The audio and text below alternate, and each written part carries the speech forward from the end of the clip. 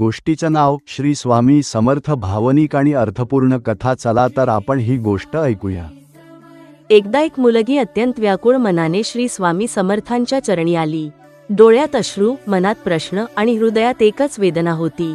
ती स्वामींना म्हणाली, स्वामी, मी ज्या व्यक्तीसाठी मनापासून प्रेम करते, जिच्यासाठी रोज तुमच्याकडे प्रार्थना करते, जिचं नाव घेतल्याशिवाय माझा दिवस पूर्ण होत नाही, तरीही तुम्ही ती व्यक्ती माझ्यापासून दूर का करता आहात?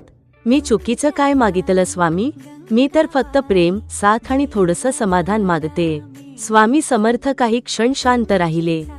नंतर त्यांनी प्रेमाने तिच्याकडे पाहिलं आणि म्हणाले, बाळा, तुला जी व्यक्ती जवळ हवी आहे ती तुझ्या आयुष्यात फक्त आनंद घेण्यासाठी येणार नाही, तर तुझा आत्मसन्मान, तुझा शांतपणा आणि तुझा विश्वासही हळूहळू हिरावून घेणार आहे.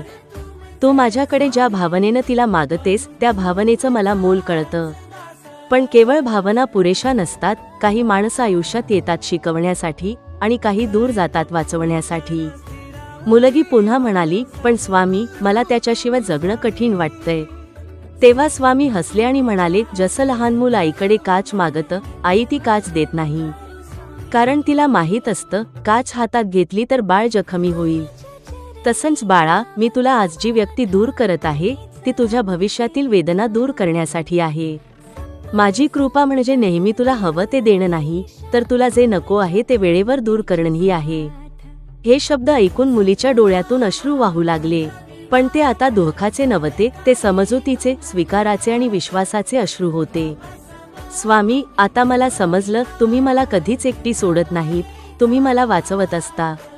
श्री स्वामी समर्थ कधी काही हिरावून घेत नाहीत. ते नेहमी आपल्याला चुकीपासून दूर नेतात. जय जय स्वामी समर्थ.